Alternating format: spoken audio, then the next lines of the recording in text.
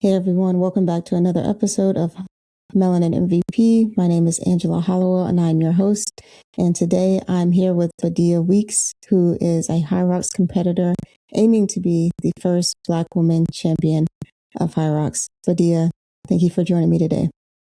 Yeah, thank you for having me. I'm super excited for the conversation that we're going to get into today. I want to start with your most recent HYROX competition.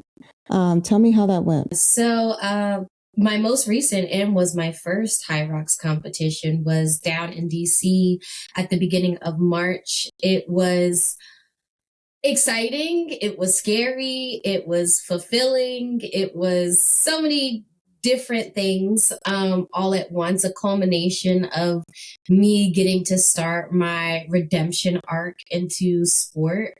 HYROX is by far the hardest thing that I have ever done in my life physically. I still think swimming is hard. But I think the biggest difference between HYROX and swimming is like swimming, even though I was a distance swimmer, max you're maybe swimming hard for 15 minutes. But going into HYROX, you could be out there for an hour, 90 minutes, 2 hours, depending on your activity level and your fitness level. And it's also a race where you are at zone 5 the whole time. My average heart rate was at 185 beats per minute at the end of the race. So it is like insane to be managing that in the middle of the race. So I face several different obstacles mid-race, from falling due to poor rope management on the sled pull to my foot losing circulation at some point to catching a cramp to almost having an anxiety attack because your body is just not used to having a sustained heart rate for that long. Definitely was challenging, but I was so grateful to have, my team of people that were out there that were cheering for me, that, did not let me do it by myself. That made all the difference in the world. We persevered, we overcame, we crossed that finish line. And I was so unbelievably proud of myself. I could do nothing but cry at the end for so many reasons. Of one, I can't believe I did this. Two, I'm so glad that it's over. And three, that, this is so much bigger than me. And that realization really hit at the finish line. So it's kind of like a little overview synopsis of like the race from my perspective. So tell me about training for this race and why you decided that a HYROX competition was going to be your re-entry into being a competitive athlete. Training for HYROX is something that I have been digging into more as I'm now about 9 weeks out from my next race. It is completely different from anything that I've ever done before, because HYROX athletes are what we call hybrid athletes. And what that means is that you have to not only balance being able to do strength and speed and power and endurance and like pulling from all of these different buckets and then knowing when and how much to give in those different buckets.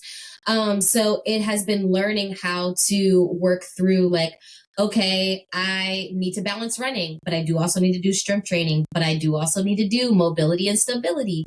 So it's like so many different facets of training components, which is, as somebody who's an exercise science person and personal trainer, like a really interesting thing to learn how to program. But in terms of how did I get into HYROX as an athlete, I had several years out of my athletic journey, and I kind of just like fumbled around. I come from a competitive swimming background. I knew I wasn't going back into competitive swimming. And I was just trying to figure out like, what do I even enjoy? What do I like that's outside of the pool? So, I did dabble with powerlifting, and that was originally going to be the sport that I planned on pursuing. But I think, kicking into my exercise science brain, I realized that I'm not built to be in a power lifter and compete at the level in which I wanted to. The reason being for that is I was never a sprinter. I was always an endurance swimmer. And so there are some people that are just designed to have that high power output and those fast twitch muscle fibers. And there are other people like myself that can hold pace all day long and endure and keep going. So I knew that even though I could train as hard as I wanted to for powerlifting, as hard as I could go, I could never be as good as the person that was going equally as hard and was genetically predisposed for that event. And so getting into HYROX being an endurance sport was an interesting transition because I did not run. Before I started training, I could not run a mile without stopping. And HYROX is composed of 8 kilometers worth of running that is broken up, but in total, that's about 5 miles. So going from about to die trying to do 1 mile to being able to do up to 5 miles with a whole bunch of stations interwoven in between it's definitely challenging. So I had to get into running. I took a class. A HYROX class was the gateway drug into joining the sport. And I realized that I'm good at this. Like my biological clock snapped right back into place. I was able to hold pace like I knew myself to be able to do in the pool. And so I immediately identified that I had the unique gifts and talents to be excellent at this. And so onto the training journey to actually not just rely on talent. You referenced swimming a couple of times. You grew up as a competitive swimmer. Talk to me about that because you started fairly young and then you went through high school. So how did that go for you? How did you feel about being in the water so much and just being a competitive swimmer? Swimming has always been a part of my life. I learned how to swim as an infant. And I was the kid like watching the Olympics and like was watching swimming. And I was like, yeah, like that's what I want to be when I grow up. And my parents took that statement very seriously from like 3-4-year-old Dia, and threw me into the sport, started competing at 5, and got a chance to be really successful. I got a chance to compete at a national level in swimming. But I think one of the drawbacks of being a Black woman in the sport is that there's just not a lot of people that look like you. I was blessed to be able to be a part of one of the only predominantly Black swim teams that I know of with a predominantly Black coaching staff, PDR based out of Philadelphia. But it was so challenging with not only being Black, but also being good in Black, because you could never just be good for being good. It always had to be some sort of thing that you were doing, whether you were cheating, just the wild comparisons, like being compared to animals, being compared to a boy, being like, all of these different things that were entering into the conversation. And so to have your body compared to have your skin compared to, your hair compared to from such a young age definitely like impacts your self-esteem, your self-confidence, your identity, your self-worth. So that was definitely something that was challenging for me within the sport. But I'm grateful that I had the opportunity to learn how to swim because there's so many people that look like me that don't have access to not only just like the life-saving skill of swimming, but being able to participate in it as a sport. And I can say that it has formulated so many aspects of who I am today. But unfortunately, just due to the culminations of things that you are dealing with in the sport as a little Black girl, and then also just life doesn't start lifing at those points in time either. I just was not in a good space with my mental health to be able to continue through college, continue through chasing after a professional career in the sport of swimming. In terms of like choosing a college and choosing a degree program, how early in that decision-making progress or process did you know that you weren't going to choose a college based on the swim program? Definitely going into my sophomore year of high school. To compete at the level that I did, I was practicing 20 plus hours a week, which is an insane amount of hours to be able to be putting in, and also being a high level academic student as well. And so just thinking about the longevity of being a swimmer, which thankfully swimming is a sport you can do for the rest of your life. But I think one of the advantages that I had just in life is not going to college and being so focused on sport.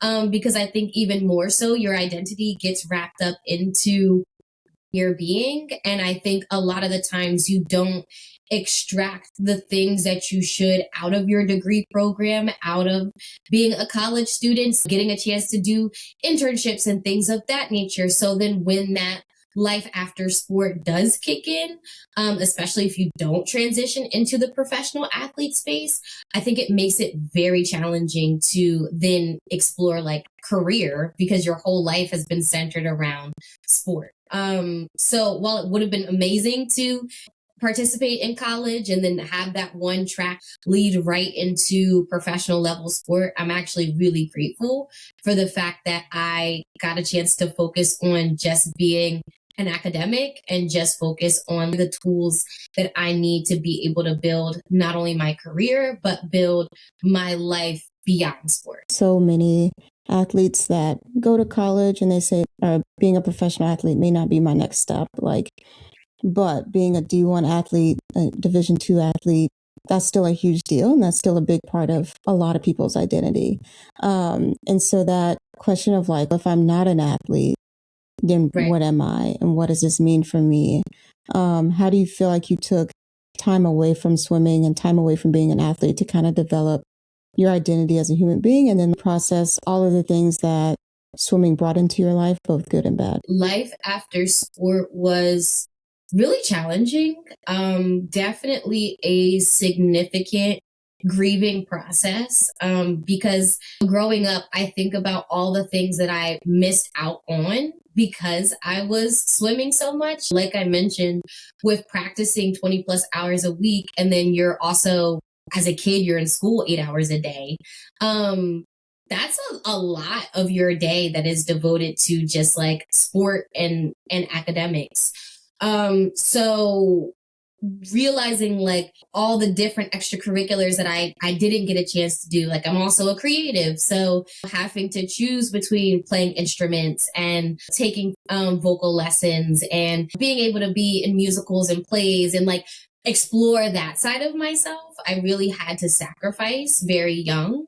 So I wouldn't say that there was resentment, but it's definitely like, dang, I kind of missed out on so many different avenues of who I am that I now have to decide to pursue here in adulthood.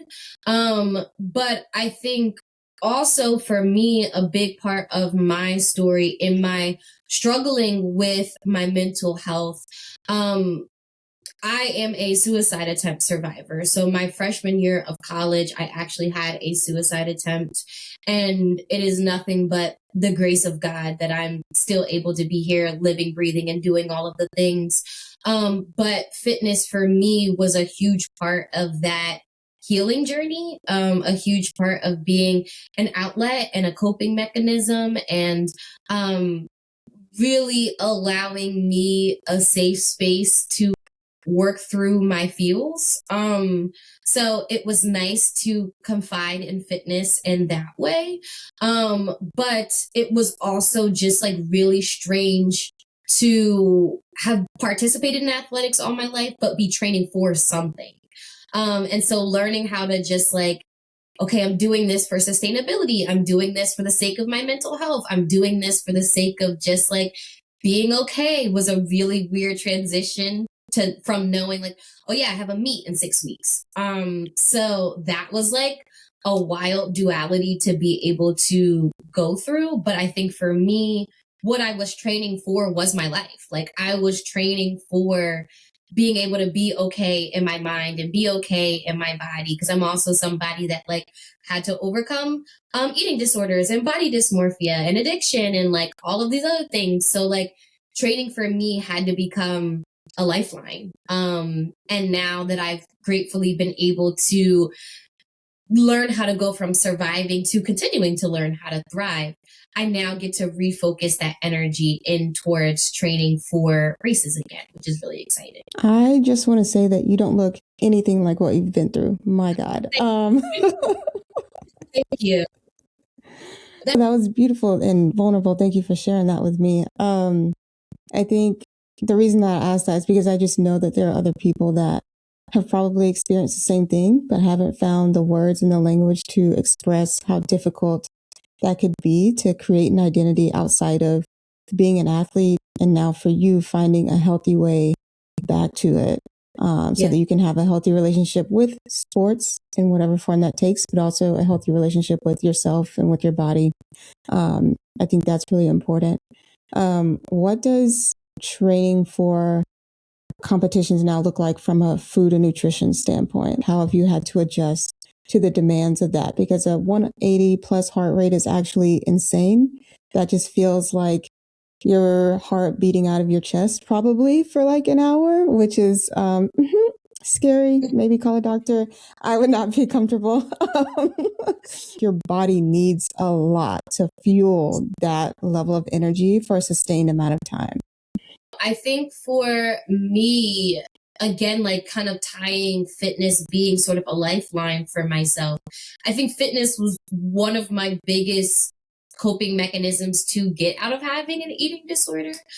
So I was somebody who struggled with binge eating and having these oscillations of like not being able to stop eating things and then like starving myself because I'd feel guilty for such things.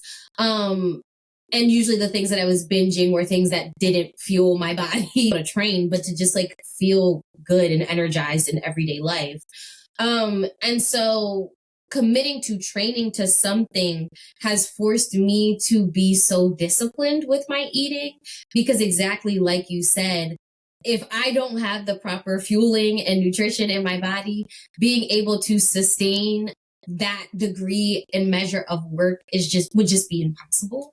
I am a meal prep queen. I grew up my mother meal prepping. So like she would cook on Sundays and Monday through Friday, you knew what you were going to eat. And then you get a little flex on Saturdays and Sundays.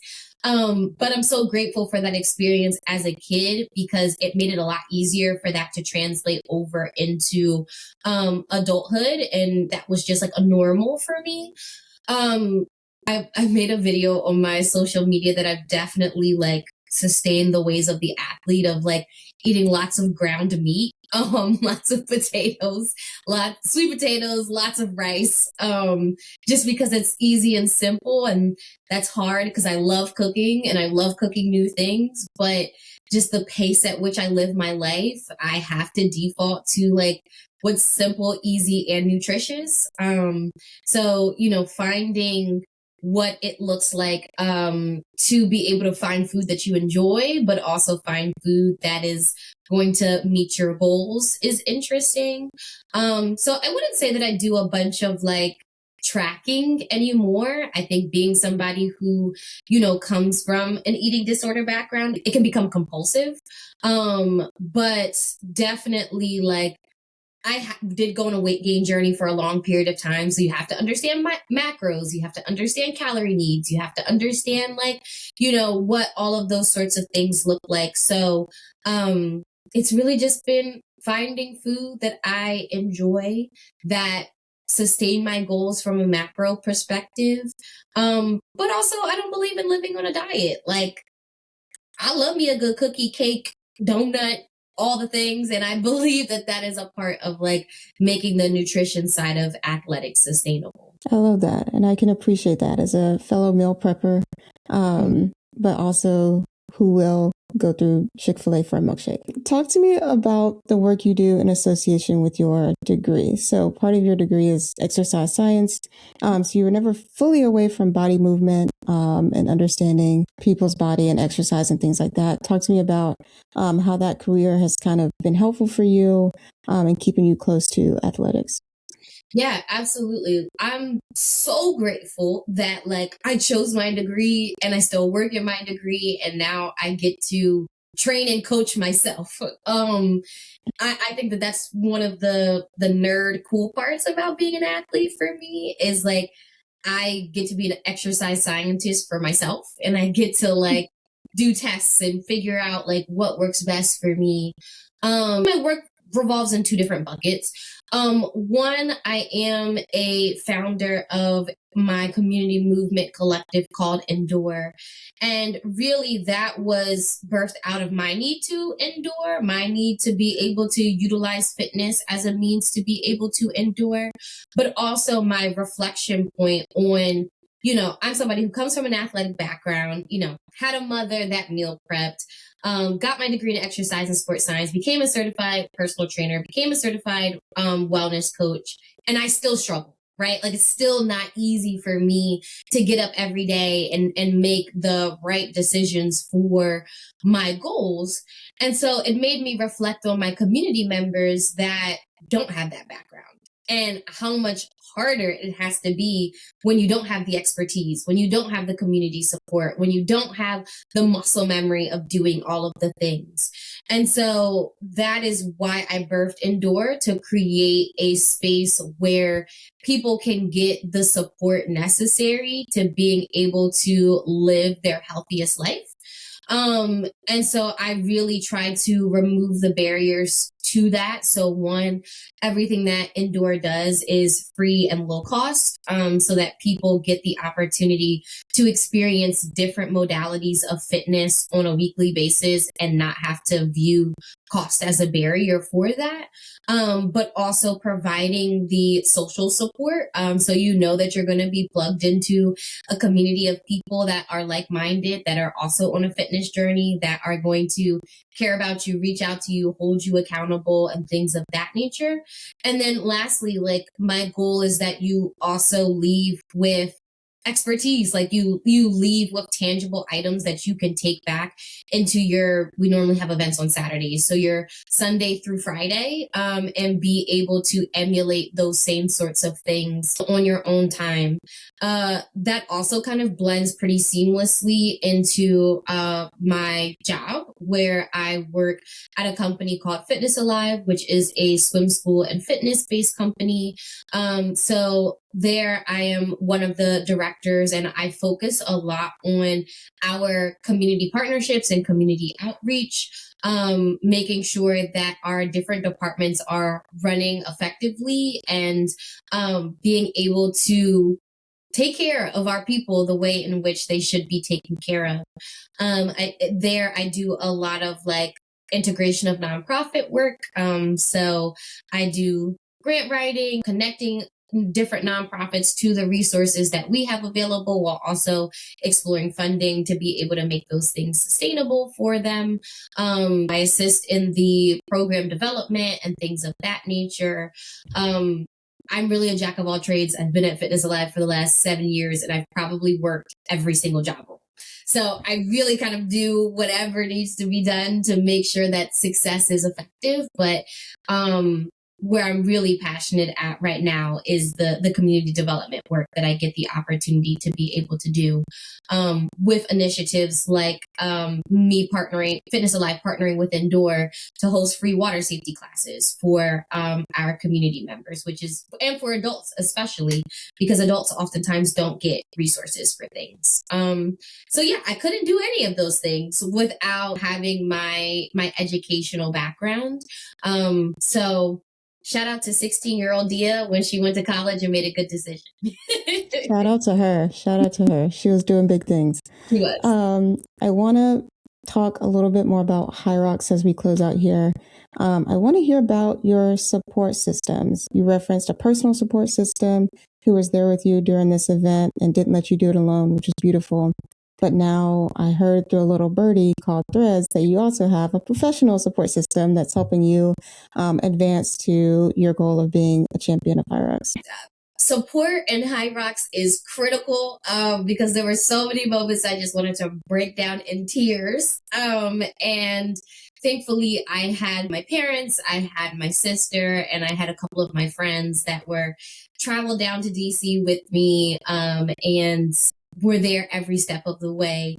So shout out to them for not only yelling at me to keep going, but also making me laugh mid-race, which was necessary too, but also like yelling scripture at me to remind me that I can do all things through Christ who strengthens me. Like they were just so perfect at playing their role and making sure that I had that social support to be able to keep going. My family, my friends, they ride for me. They love me down.